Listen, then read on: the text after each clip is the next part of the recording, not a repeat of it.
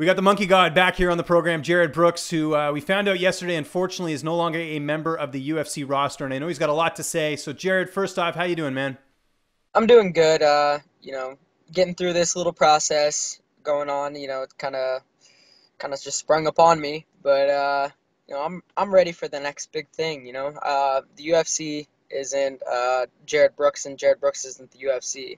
I'm just gonna go as Jared Brooks, the mixed martial artist. So. And we're excited to see where that journey takes you. But let's go all the way back here. Let's start first with the trade between Demetrius Johnson and Ben Askren. When that's going on, are you getting a little bit worried at all, or did you figure nothing was going to happen with the flyweight division? It was my manager pretty good hints that this could bring the end of the flyweight division, and he was working on other stuff in the process of that happening. So my manager did a really good job of eyeing that out and putting my name in other pictures as well. Okay, so how long ago is this when you get an inkling? Was this right when the trade happened, or when did this sort of transpire? Yeah, it was right when the trade happened. It was kind of like, okay, well, it's either Henry's going to go up to 135 and that's going to be the end of the flyweight division, or they're going to do co-promotional things, you know what I'm saying, with Asia or anything else.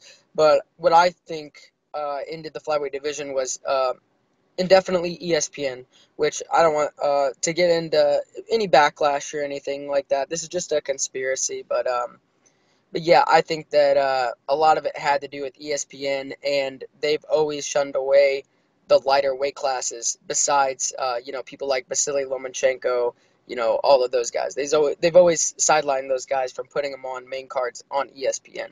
So I think it has to do with that. They're ending the flyweight division in December. ESPN comes in at the end of the year, so it's making sense to me. So what came first? You actually getting released, or the UFC, or you hearing that the division was going to be scrapped?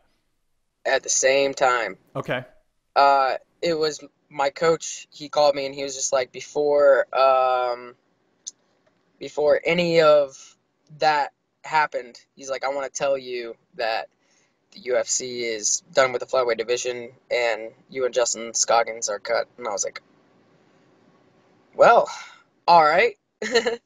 I mean, I really wasn't too shocked. I was just ready. I was just ready for the next big thing. I was working out. I was lifting, and gave me a little bit more motivation to get through that workout. Well, here's the thing, though. You're coming off a win. Usually, I would think that fighters who are coming off a win would have a little bit more leeway as far as if they wanted to stay in the UFC at the bantamweight division. So that wasn't an option at all. They just immediately released you. I had 4 fights in my contract, and that was my fourth fight with Roberto Sanchez, and we were trying to renegotiate the contract in the middle of that Demetrius Johnson dust storm. So, yeah, I pretty much just put my cards on the table. I'm ready to sign with any promotion. I'm a mixed martial artist, so if you want to put me in boxing, kickboxing, wrestling matches, jiu-jitsu matches, anything that anybody wants to put me in, I'm down for it because I love this sport and I'll do anything that's involved with it. You seem to have a more of an inside track than anyone, because the fact you knew about this so long, at least your ears to the ground as far as the people that are around you. Are you hearing anything at all if Bellator is interested in having the flyweights, or it seem like this is pretty much opportunities overseas only? Um, for me, I don't know. I don't know about Bellator. Bellator kind of seems like it's adopted UFC's adopted the Bellator kind of way to where if they have a flyweight or a bantamweight, it's got to be, some guy from one city that they're going to give a really bad payday to. So yeah, in Asia, I think that I am the most marketable there. I have a lot of fans in Asia, a lot of fans in Russia and stuff like that. Ideally, I would want to get signed to either ONE FC, Ryzen, something like that. I feel like my skills qualify to go against people like that in the world too. So Better look at your friend Darren Cruikshank. He's having yeah, a ball in Ryzen, and they really like him over there too. So I think there could be a lot of opportunities, like you were just saying. yeah, he's really marketable. He always has that very flashy style that people love, and training with him, I kind of adopted it too. Getting a little bit flashy along with my wrestling and stuff like that. So I think that yeah, an Asian promotion would be amazing for me, and I can capture a strawweight title too. And those people that don't see marketability in the strawweight weight class either. It just doesn't make sense to me because you have two people that are the same weight that are doing a mixed martial arts competition. So it's not. And if you see me as strawweight, I am knocking out everybody. There's no way that none of those are going to the judges. So yeah, I think that if I was to get into ONE FC, right, I would love to fight Joshua Pasio right off the get a 115-pound title right off of the get, and then you go to people like Demetrius. Demetrius is at 125. Who is he gonna? Who's he gonna? There's plenty of guys in ONE FC that are very tough. You got Adriano Moraes. You got the Kairat, whatever his name is. But I think that I am the hardest go in ONE FC if they don't, sign other great flyweights like Justin Scoggins, I'm not going to mention all those other names because they don't deserve it. Half of the flyweight division, the reason why it's not here today is because a lot of pussy-ass flyweights, to be honest, they just don't want to cut the weight. They don't want to put the work in. They don't want to act like champions. I've never cut weight. I don't have to cut weight. But still, if that's my job, I'm going to sit there and cut weight. And how many people just out of the picture? It's a joke. They made our flyweight division look like a joke, and it's their fault. Well, you saw it firsthand when you fought McCall. Remember, he missed weight, or he had like a weight cut issue as well. He's one of the most marketable people in the world. Now you got Joseph Benavidez. He's fighting once every 2 years. Then you got the original people that were in the UFC that people wanted to see. Those guys aren't fighting anymore, and we can't put the production in and go against those guys because they don't want to go against us. They want to go against the guys that they've been going against the past 6 years. So how are you supposed to build a division on that? Right. Yeah. No, I hear you. How much do you think not having sort of a personality in the division really hurt it? Because, if you look at all the divisions, McGregor sort of revived 45, 55, yeah. You could say Diaz and McGregor sort of revived that, 170, George St. Pierre. Like, there's always some guy. And unfortunately, as great as Demetrius Johnson is, I'll never say anything bad about his credentials. He just wasn't that guy in that division. And I feel like that sort of hurt the marketability of the division. Well, I had a chance. Right? My chance was in Brazil in October of 2017. I was going against Davison Figueiredo. He is a very talented fighter, and he has a lot of knockout power. He knocked out people, been there, done that. But I beat that guy, right? And if I would have beat him, I would have got to the point to where I can start that marketability train for the UFC division. But at that point in time, you have biased people in Brazil. I that's the only thing that I can see out of my story that I could have, done out of that. Right. Yeah. I didn't get the marketability. I didn't get the fan product, and I put in the work. I put in the work, James. Yeah, no, you did, and you always sold the fight. I mean, any interview we did, I'm just sitting back and asking the questions because you just sort of carried the whole thing, which is great. That's what you need as far as personality goes as well. Have you heard of anyone else that's been released? We know Shorty Torres, obviously Scoggins, and yourself. Is there any other rumblings you're hearing as far as other guys that have got cut? Man, it's just gonna come as a wave, man. I think that they wanted to get the guys that they thought that this is just a theory also. Maybe they're going to take a break from the flyweight division to get it a little bit more marketable outside of just the UFC. People need to understand and have a more vivid understanding of what the flyweight division is.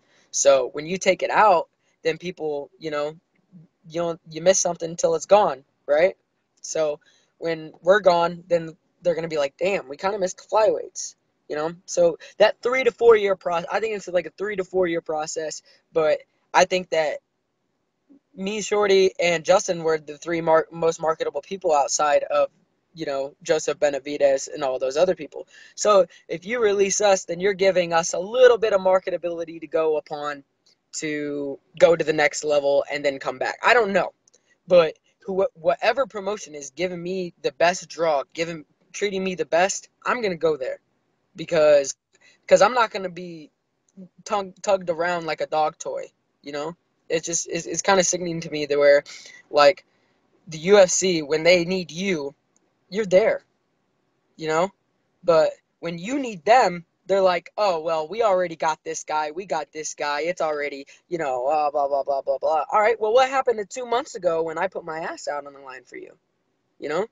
What are you going to do about that? Well, yeah, you just don't have enough money, do you? That's it. And I'm just like, no, man, I really want to fight. I want to be a mixed martial artist. Like, I'm supposed to be competing. I've wrestled my whole life. I'm supposed to be competing 2 months, every 2 months, you know? Wrestling, you're wrestling every weekend. A fight is just like a wrestling match to me, except you're getting punched in the face, right? I'm fine with fighting every 2 months. But the UFC, I mean, they have a lot of people, don't get me wrong, but they're putting their stuff into the wrong people. The people that are missing weight, the people that, are unprofessional. This is a professional sport. If you're going to act unprofessional, then you should be cut. But out of the flyweight division, you got 15, 16 people that have either missed weight or fucked up. So I can't really do too much about it except, try to bring the flyweight division up outside of the UFC. Silver lining in this, though, happy to get sponsors again, not just Reebok. You can get some more, people on board to help, pay for some of those bills and everything else. Yeah, it's good, to be a free agent, having some, I feel like I got my chest back a little bit. So it is a different feeling. Don't get me wrong. The next morning, you're just, it's just like a fight. You don't even realize it until the next day. You're just like, oh shit, I did that. This happened, you know? Have you talked to anyone else that was released? I'm sure Justin, obviously, because you guys trained together. But have you talked to Shorty Torres or anything like that? Or I don't know how you guys are after the fight and everything. I'm trying to talk to Justin right now, but his phone isn't working and stuff like that. But I talked to Shorty briefly. I said hopefully we can meet again on better terms, you know, and do something.